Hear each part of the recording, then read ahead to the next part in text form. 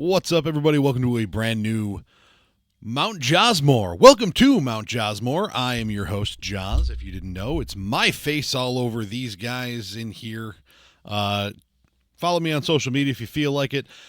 And thanks for tuning in to another Mount Josmore. If you are new to the Mount Josmore world, basically this is my, I list my goats. My goats, my boats, goats and boats, and I don't know. I'm on a boat. I don't make the rules. The greatest of all time or the best of all time, who knows? Eventually I'll start doing the worst of all time. My top 4 of any given topic and or subject that I so choose. And for those who tuned in last time, you saw the goats of the 4 major sports in sports leagues in the United States: the NFL, the NBA, MLB, and NBA. And I am moving off the sports world here, and I am going to give you my Mount Rushmore of breakfasts. Now, I'm a big breakfast guy. Breakfast is and always has been my favorite meal. And if you've known me at all throughout my life, I have been known, if we go out to a restaurant, to get breakfast for any given meal that we're at. My favorite restaurants are the ones, in fact, that you can get breakfast all day, every day. The ones that annoy me are the ones that have breakfast specials that you can't get all day, because there are certain places that do things like one of my go-tos, which I'll start this as an honorable mention, I suppose. The stuffed banana pepper omelet from a restaurant that's no longer open. So, I won't mention. Screw it. It's Forest. It was the Forest View. If you're in the West New York area, it was the Forest View. They served it till about 10:30 or 11 o'clock in the morning. It was stuffed banana peppers and shaved steak in an omelet. So they had the stuffing and stuff in the omelet too that you would normally stuff a hot pepper with. It was delightful. One of my favorite go-tos. And I'm going to run through some honorable mentions here because this was tough for me. Again, I'm a big breakfast guy, always have been. My Sunday mornings used to be a big breakfast thing with the family. Whether no matter what we did, it was always Sunday mornings were breakfast mornings, and I looked forward to it. And I've been a big breakfast guy. I am a big breakfast for dinner guy, a brinner. I've been known to dominate a brunch or two in my day, where you eat breakfast foods a little bit later in the day, around the lunchtime. I am a big breakfast guy. So, some of my more simple ones here that are honorable mentions are things from my childhood. Eggo waffles, just your standard frozen Eggo waffles. And yes, the Mount Rushmore list is far more better, way more gooder even than this. So, just straight up frozen Eggo waffles, pop them in the toaster, slather them with some butter and syrup, and, down the hatch. One of my favorites from my childhood. It was just so good. So simple, so easy, so quick. Another one, I was a big cereal guy. Loved normal Cheerios, Honey Nut Cheerios, Frosted Cheerios when I could talk mom and dad into getting me some sugar cereal, Fruit Loops, all the above. But my go-tos, which the later of these I rediscovered in my days at my former job, because we had just bags upon bags of it that we had access to. Golden Grams, and for 2 different reasons. One reason when you're a kid and one reason when you're an adult. Raisin Bran. Absolutely top tier cereals in my world. That if I had to choose, I have my choice of breakfast cereal, and though one of those 2 is there, it's probably going to be one of those 2, even though they're probably 2 of my 4 of my Mount Rushmore of cereals, which I may do someday. Who knows? The world is my oyster for Mount Rushmore, Mount Josmore. But another one from, guys, if you remember when they used to serve these in school, you will know exactly what I'm talking about. French toast sticks. I don't know how they made them. I've never seen bread shaped this way, but they were like this, about yay long, about yay thick, and you dunked them in syrup, however you say it, and down the hatch. They were delightful. They were so good. And there were a lot of places that tried to jump on this and didn't quite get it done. but cafeteria French toast sticks were the move. And that was something they'd serve for lunch, but French toast is a breakfast food. I don't care what you say. I want to say maybe Burger King hit it with the French toast sticks also. I could be wrong. I just remember them being cinnamony and glorious. So from there, we're going to go into shout out to my man Taylor and the family restaurant he is part of, Sidelines, here in Western New York. They used to do brunch, and they introduced me to stuffed French toast. And these were 2 big pieces of like Texas toast sized bread with one of my favorites was the strawberry cream cheese filling. They had peanut butter and Nutella fluff was another good one. They had cannoli filled. Stuffed French toast. Highly, highly recommend. They also had the Southwest burrito that was pretty darn good. That would be I'd usually do both. Like you go to, Sunday morning brunch was like a hungover thing. So, after a night out on the town, you'd go there and just, a couple grand mimosas and some stuffed French toast and a big old burrito. This burrito was the size of a football too. It was aggressive. And then my last 2 are pretty simple here. Pretty simple, pretty straightforward, but they are, for lack of a better term, classic. Just a standard restaurant-style build-your-own omelet. When I have the list of omelet ingredients and I can put anything in my omelet and I can just build it the way I want it, because, like, everyone's got the standards, right? You have your ham and cheese omelet, which is fine and basic and usually for younger kids. You've got the Western omelet, but, like, if you're like me, I'm not a big mushroom guy. Some of the places around here, they chop broccoli into that, and some of them, like, when it's finely chopped broccoli, that's fine. But there are places that like stalks of broccoli. Hard no, I don't need stalks of broccoli in my breakfast. But when I can sit here and pick and choose what I want, and I can load that bad boy with some protein, and maybe some cheese, maybe different cheeses, big time build your own fan when it comes to food. And the simplicity of a breakfast sandwich on a bagel is just elite. It is top tier, almost Mount Josmore level of elite. Not quite. And there is one in particular here, right around the corner. There's a little coffee shop that has a breakfast sandwich that they do an everything bagel with cream cheese, and then you have the meat. I believe they do either hash browns or a hash brown patty, eggs, other part of the bagel, down the hatch. Really good. Not top 4. Not GOAT. Not GOAT. Honorable mention. Worth mentioning on a show with the GOATs, but not a GOAT. With that being said, and without further ado, we're going to dive into the Mount Josmore of breakfast foods. And again, for those of you who don't agree, let me know. Tell me about it in the comments. Just try to stay respectful about it. I'm not going to sit here and, especially on breakfast, I'm not going to bash anybody or anything. Unless you eat tofu for breakfast, then maybe I'll bash you a little bit because tofu's weird. However, I digress. We're going to sit here. We're going to talk about these foods. If you disagree, if there's something you think I missed, let me know in the comments. Like I said, try to be respectful. But at the end of the day, remember, this is my list, which means I can't miss because it's my opinion and what I like. I like hearing your take too, so feel free to fill me in. Tell me if you think I'm wrong. Tell me if you think I'm off base. Tell me if you think I missed something. Like I said, I'm all about hearing other people's opinions, and if you give me a good idea for breakfast, maybe I'll try it. I'll probably try it. Just saying.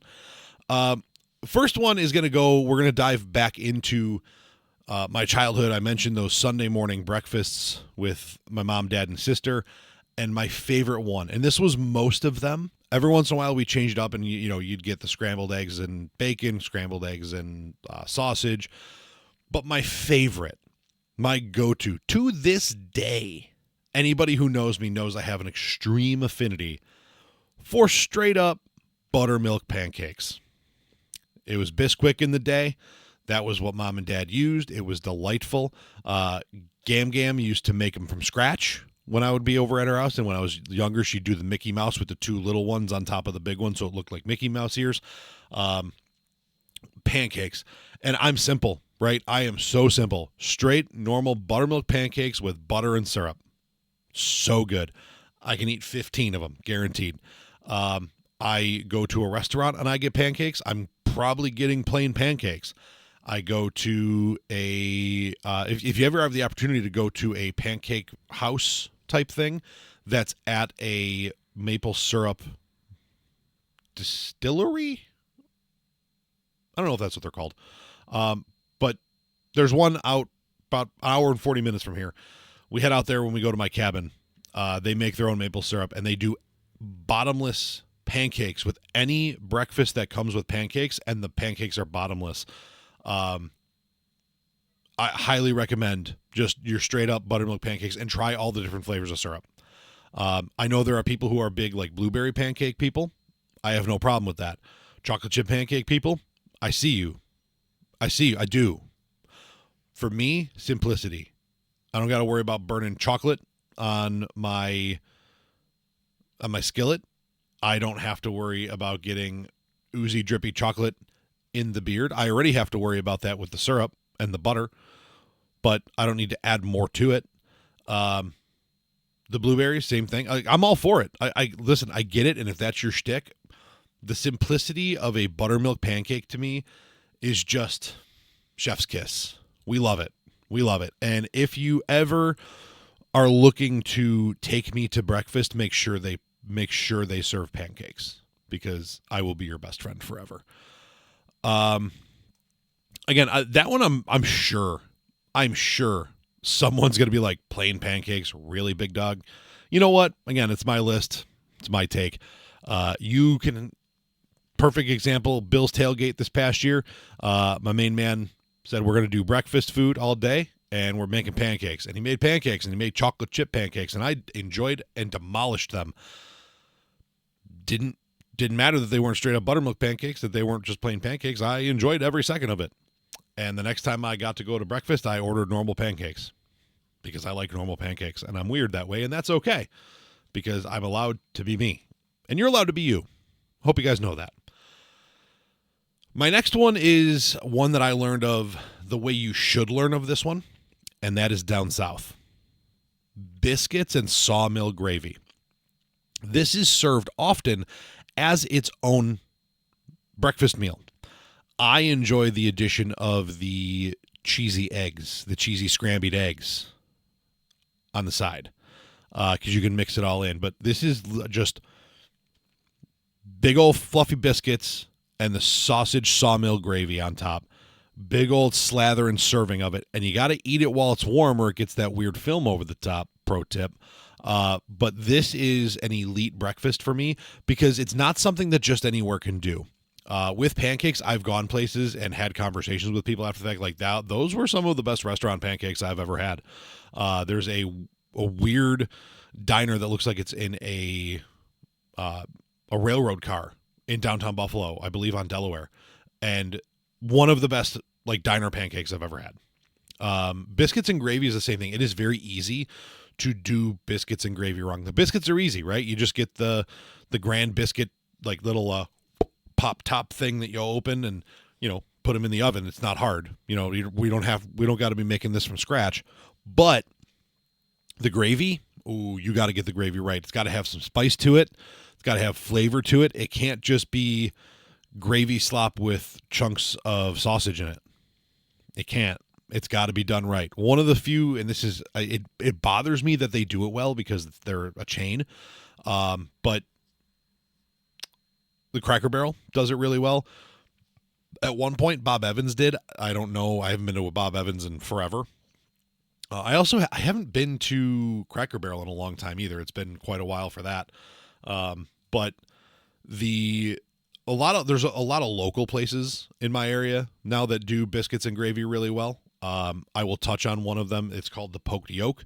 They have two locations. They are a small, like, I'm not going to call them a grease pit diner because they're not. Just a small short order breakfast joint, and their biscuits and gravy are pretty damn good.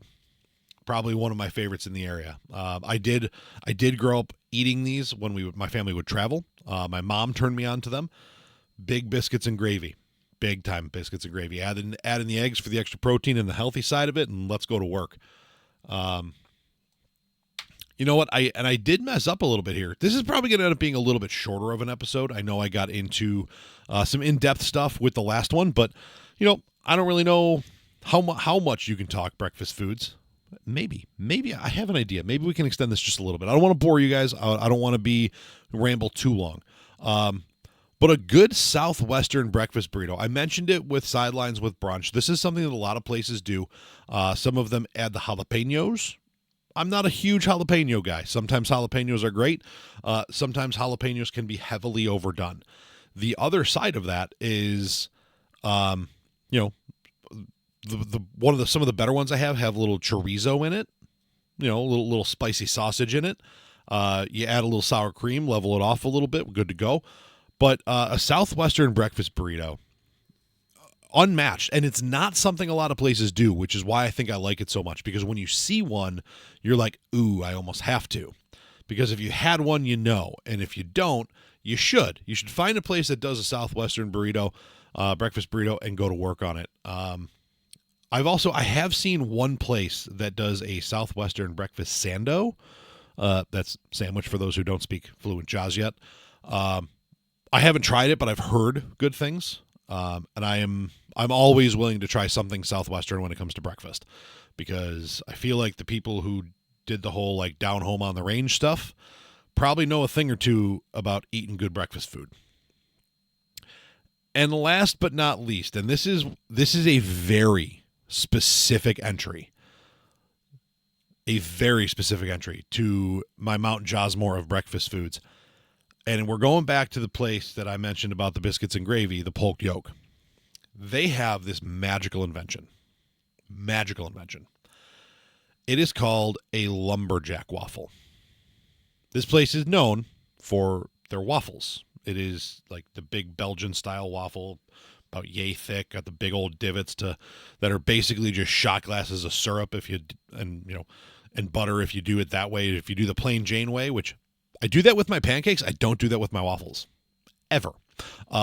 So the lumberjack waffle is one of these waffles, and then you have eggs, crunched up bacon, cheese, and sawmill gravy slathered on top. So you have the waffle, you put the eggs and all the other stuff on top, and then you cover it with gravy, right?